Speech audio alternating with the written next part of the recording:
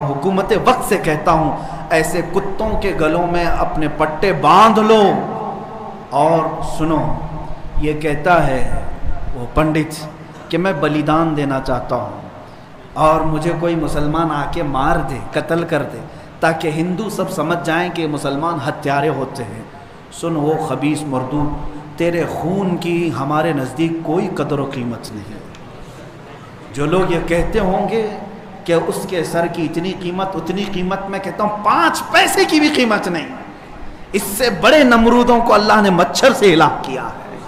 دیکھنا تم جن کیڑوں کے ذریعے سے مرو گے وہ پوری دنیا کے لیے عبرت کا نشان بنو گے۔ میں یہاں پر اپنے نوجوانوں سے نہیں کہہ رہا ہوں، اس غلیظ خون کو اللہ ہی کافی ہے، اس غلیظ خون کے لیے، انتقام کے لیے اللہ کافی ہے۔ اور یہ کہتا ہے بلیدان کی بات، تمہاری ماؤں نے اتنا جگر تمہارے اندر دیا ہی نہیں کہ تم مرنے کے لیے تیار ہو۔ بلاؤ اپنی قوم کو اور پھر ہم بتاتے ہیں عظمت رسالت پر کون قربانی دیتا ہے۔ میدان میں آنے کے بعد پتہ چلے گا۔ اگر کوئی اپنی گردن کٹا سکتا ہے تو صرف نام مصطفیٰ پر کٹایا جا سکتا ہے۔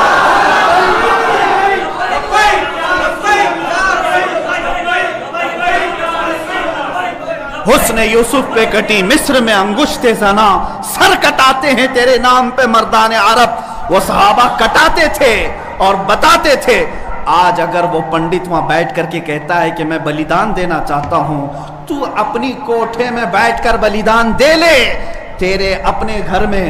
لیکن میں جانتا ہوں کہ 1 لاکھ کیا، ابھی اگر میں ہندوستان کے نوجوانوں کو آواز دے دوں تو پوری دلی کی سرزمین بھر جائے گی انشاءاللہ العزیز۔ سارے نوجوانوں کے سر بھی وہاں پر لہرائیں گے۔ میں انشاءاللہ عنقریب اعلان کرنے والا ہوں کہ اے نوجوانوں، کیا تم میری اس بات پر لبیک کہتے ہو کہ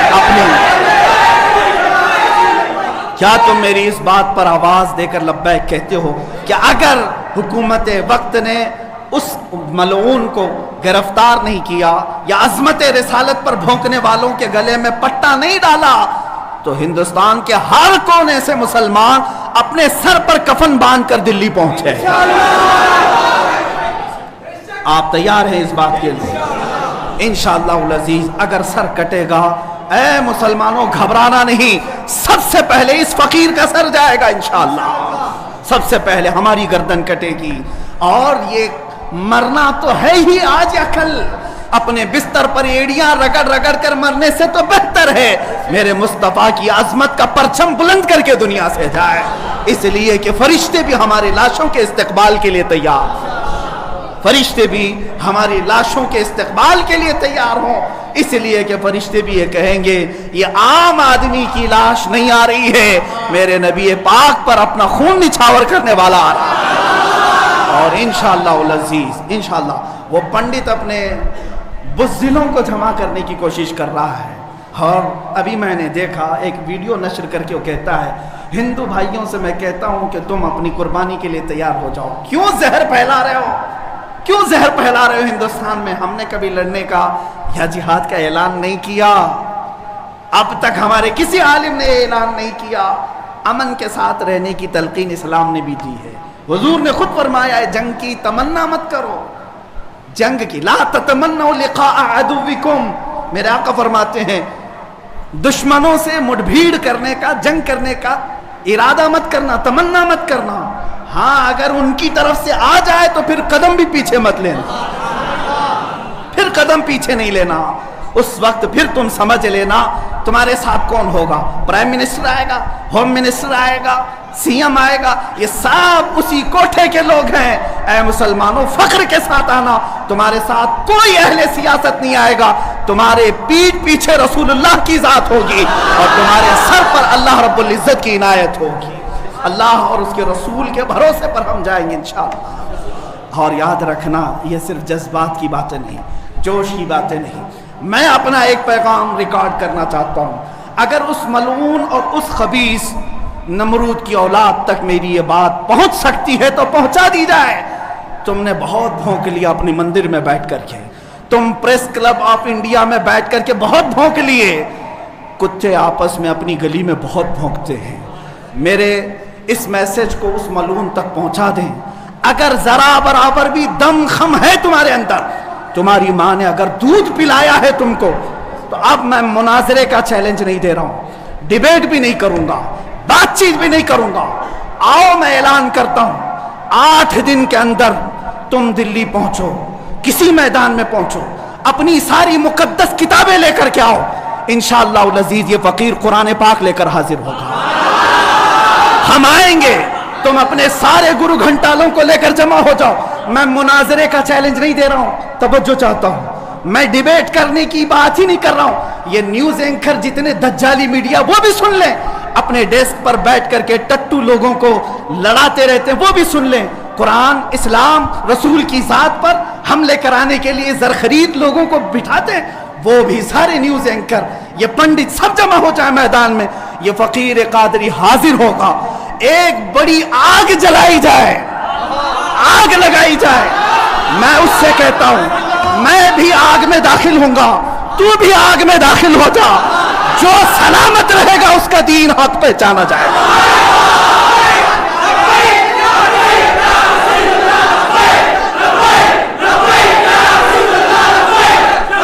بہت ہو گیا اے مسلمانوں، بہت ہو گیا احتجاج، بہت ہو گئے پروٹیسٹ، بہت ہو گئے ان سے مطالبے کرنا کہ اس کو گرفتار کرو، اس کا سر چاہیے. آؤ آج آر پار کی بات کر لیتے ہیں. زمانہ گزر گیا، 800 سال ہو گئے. سرکار غریب نواز کو بھی یہی چیلنج کیا گیا تھا. معین الدین حسن چشتی نے ہند میں یہ بتایا تھا کہ جو نبی کا غلام ہوگا وہ آگ میں بھی کود جائے گا.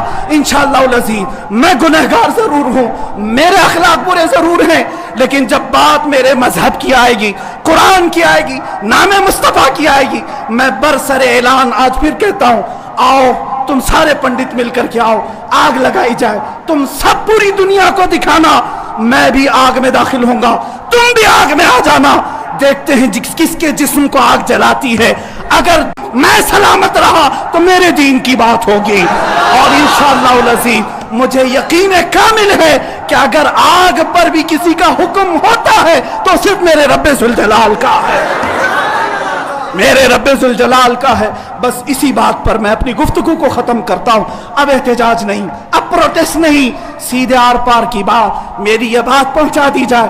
اگر جواب آ جائے تو دیکھ لینا مسلمانوں، مجھے یہ یقین ہے کہ اس کا کوئی جواب نہیں آئے گا، اس کا جواب نہیں آئے گا. ہجڑوں کے پاس اس طرح کی کوئی بات کا جواب نہیں ہوتا. ان کی ماؤں نے اتنا دودھ ہی نہیں پلایا. یہ زرخرید اپنے علاقے میں بیٹھ کر کے بھونک تو سکتے ہیں، لیکن آؤ مباہلے کی میں دعوت دے رہا ہوں، مباہلے کی دعوت. قرآن نے بھی میرے مصطفیٰ کو مباہلہ کرنے کا حکم دیا تھا. جب عیسائیوں نے بہت باتیں کی تو رب تعالیٰ نے فرمایا اے رسول فَقُلْ تَعَالَوْا نَدْعُ أَبْنَاءَنَا وَأَبْنَاءَكُمْ وَنِسَاءَنَا وَنِسَاءَكُمْ وَأَنفُسَنَا وَأَنفُسَكُمْ ثُمَّ نَبْتَهِلْ فَنَجْعَلْ لَعْنَةَ اللَّهِ عَلَى الْكَاذِبِينَ. اے رسول ان کو بلا لیں، آپ اپنے بیٹے بیٹیوں کو لے کر کے آئیں، اپنی عورتوں کو لے کر کے آئیں، اور خود جائیں اور ان سے بھی کہیں کہ تم بھی اپنے بیٹے بیٹیاں لے آؤ، اپنی عورتیں لے آؤ. بیٹھیں گے میدان میں، اللہ سے دعا کریں گے کہ جو جھوٹا ہے اس پر لعنت بھیج. اتنا ہی میرے آقا کو حکم آیا تھا. حضور گئے نجران کے عیسائیوں کے پاس، چلو بلاؤ، مباہلہ کرتے. ایک مناظرہ ہوتا ہے جو ڈیبیٹ کیا جاتا ہے، مباہلے میں ڈیبیٹ نہیں، سیدھے میدان میں، عمل کے میدان میں بات نہیں کی جاتی. حضور آئے کس کو لے کر؟ سیدہ کائنات فاطمۃ الزہرا، حسن مجتبیٰ کو، حسین اعظم کو، مولا علی کرم اللہ وجہہ کریم کو. 5 لوگ آئے تھے.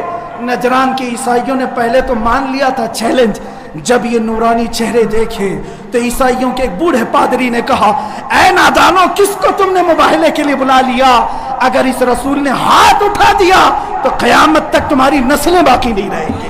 اور مجھے میرے مصطفیٰ کے اس مباہلے کی برکت سے یقین ہے، لیکن میرے مصطفیٰ کی نسبت میرے ساتھ موجود ہے، میرے پیر و مرشد کی نسبت میرے لیے کافی ہے.